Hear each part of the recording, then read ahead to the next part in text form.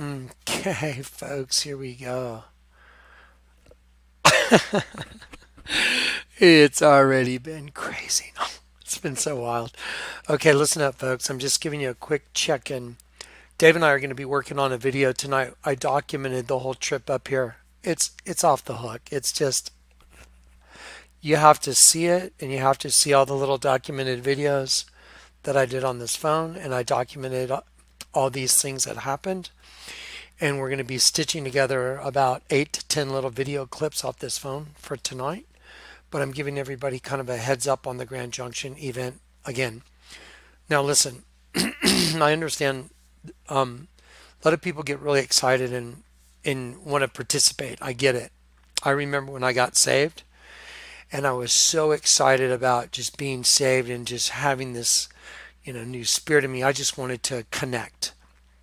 And so I overstepped some boundaries back in the beginning. I'd reach out to people or show up at places where it really wasn't okay. You know what I mean? My excitement was not bridled by common sense, and so sometimes I would show up to a large ministry like John Hagee in San Antonio and expect to get to walk in and talk to John Hagee, it didn't work out. So I understand that excitement because I myself have been there. But here's the thing: for this event, no one's allowed to go up and knock on the door of the house where this event is at. Nobody. And if you do, you will be asked to leave the event. We'll photograph you and you will not be let into the event itself. It's just a total breach of protocol. Michael and his family live there. He's got children. So it's just wrong. You don't go up and knock on a door of someone's house that's got children. Hey, I'm here to, whatever. Whatever your reason is, it's wrong. Don't do it. Okay, so we have a scheduled time. You don't show up to the party ahead of time. You show up when the party is. That's what a party is. So if anyone shows up and knocks on the door, you'll be asked to leave, and then you won't be allowed to show up at the event. I'm sorry. I'm just giving you everyone fair warning. Now, it's okay. Some people have driven up and just kind of looked at the containers over the fence. That's fine. Don't care at all. If you want to drive over there and look at the containers and take some pics outside, but don't go in their yard. Don't knock on their door. That's just wrong. And if you don't know it's wrong, then I'm a little bit concerned. You should know that that's not right for any reason. And anyone says the Holy Spirit sent you to do that, I'm going to challenge that. I'm going to say, really? So the Holy Spirit told you to violate what was proper and normal protocol, even when I've said, please don't do it, and I'm the one hosting the event. That doesn't add up. So then I'll ask you to leave, and then I'll put your name on a list, put your picture on a list, and you won't be allowed into the party. I'm sorry, but I have to do this for the safety of Michael and his family. Okay, so you just don't show up at people's house like that. You don't do it. Okay, now that that's said. Anyway, but again, I get it. I totally get it because I've been really excited. I was like, let's do it. Let's do this. But that's not what this is. Okay, so here we go. Here it is, the Before the Fire event, Saturday, Sunday, July 6th and 7th. Saturday and Sunday, July 6th and July 7th. Anything before that is not an invitation. You may not come before that time. Like I said, if you want to drive by and take some pics from outside, but no going in their yard, no knocking on doors, no trying to get in gates, any of that stuff it's trespassing and you can't do it. Okay, so again, here's the event. Let me just be clear. Saturday and Sunday, July 6th and 7th, 2019, Grand Junction, Colorado. The container viewing is Saturday from 7:30, right here from 7:30 to 10:30 p.m. Okay, we're doing that on Saturday evening when we're all going to get together. Now bring your own drinks, bring your own food, and bring a chair, a fold-out chair to sit in if you want to sit down and chill out. If you just plan on standing and drinking and mingling and meeting people, that's fine. But if you're planning on sitting down, bring a fold-out chair of some sort, one of those umbrella chairs. Okay, because there's not seating for everybody. We can't do it. We cannot provide food or drinks for anybody. And for safety reasons, you'll have to bring your own. Okay? And then Saturday night is the viewing so everyone can see these things lit up. Because remember, the whole art thing was all about light. The medium was light. What revealed all the stuff in the Vatican and the ability to see it was light, because the Lord had me do a certain type of artwork before I got saved using light as my medium, and that's how He trained my eyes to be able to see what all these other evil artists were doing in their artwork. And that's when I was like, wow, wait a minute. And I knew something was up in their artwork, like Michelangelo, the Sistine Chapel, all that good stuff, because the Lord trained me using my artwork to be able to perceive things in a different way. So anyway, we're going to let y'all see that. We're going to let you get to see that type of artwork.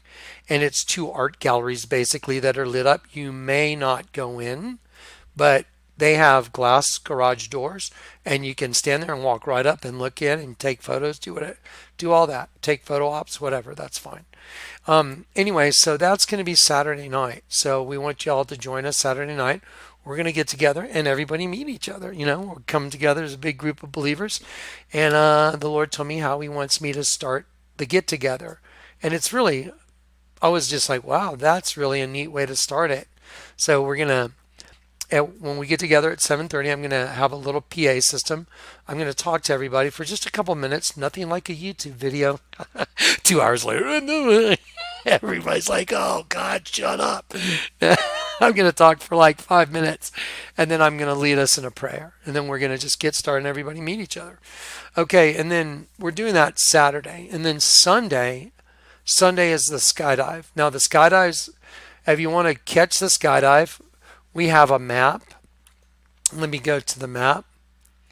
So the skydive is on Sunday morning, right where the container is. But what I mean right where the container is, there's actually, I'm going to pull up this map so you guys can see it. It's really cool. It's crazy how it worked out. So let me show you something. So look. So see right here, number 3, the number 3 on the map legend right here, number 3. That's where that's the containers in Mike's house. So if you go down Mike Street and you go over here, sorry, let me get this computer going. And you follow this yellow line, there's parking right here. You can walk this trailhead right to right here. You don't have to walk all the way down here. As a matter of fact, we don't want people down here. We want the people right up in here, and you guys can gather right in here. And this is this hill going down, and this is where we're going to be flying those canopies. We're going to fly right over the house. We're going to fly right over here, and we're going to land right around in here in this area. Okay, so if you want to see the skydive, you need to be there by about 9 o'clock or 9:30 at the latest, because we'll probably be out of that airplane around 10 o'clock, actually doing the jump. Now, I have a helmet that's got a YouTube Live GoPro camera system on it. I'm going to try and stream live starting from the time we take off to the time we do the jump and the landing. So the whole thing should be YouTube stream live. So you can go check my channel.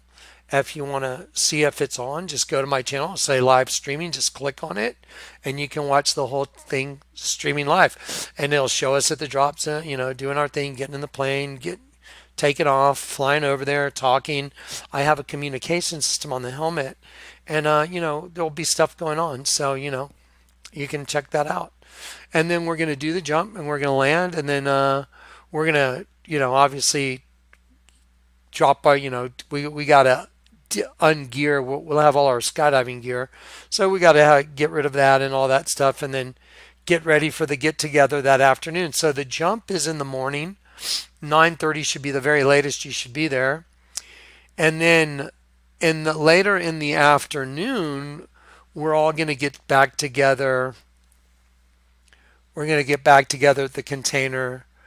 Let's see. Here we go. On Sunday between 1 and 5. So the skydive is between 9 and 11. So if you're there, by 9:30 at the latest, you'll get to see the skydive. And then we're going to break for a while, and then we're going to come back on Sunday from 1 p.m. to 5 p.m. Sunday. And that's where we're all going to hang out. It depends on how many people are there. I may just order, 40 Domino's pizzas, whatever. Still bring your own food and water, but I may just see if I can do something like that for everybody.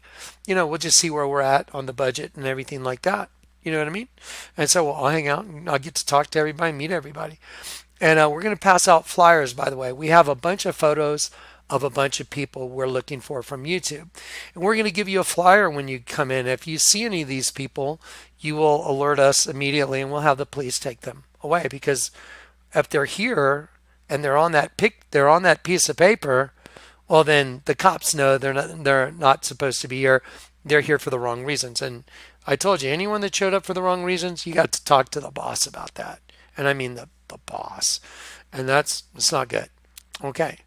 So anyway, so we're going to get back together again on Sunday after the skydive from 1 to 5.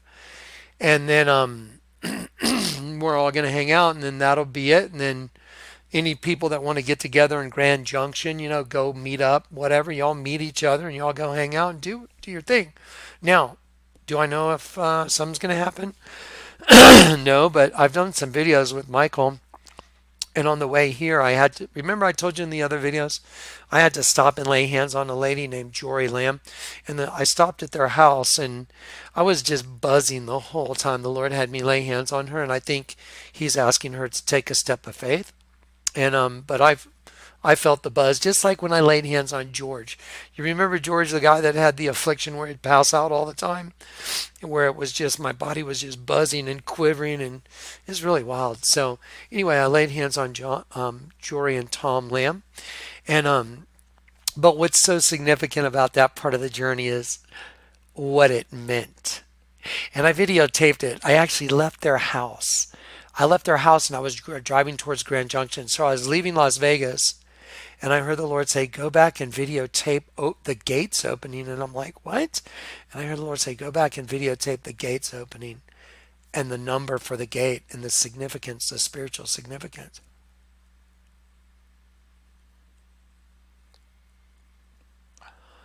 Wait till you see it. It's going to be in the next video. Anyway, so I documented all that stuff, and so I'm going to work on that with Dave. It's been a really brutal day. We had some contractors that were going to help do the deck. Everything fell through. We had all kinds of issues, and Mike was trying to just kind of save the whole project. So I've been helping Mike all day today, just trying to save what we could get done on this deck. So it's all ready for you guys. So we've been working very, very hard to get this done. Okay, guys. Anyway, so that's just my check-in. Peace and grace. We love you guys. And we'll see you at the party. Looking forward to it. Awesome. Awesome.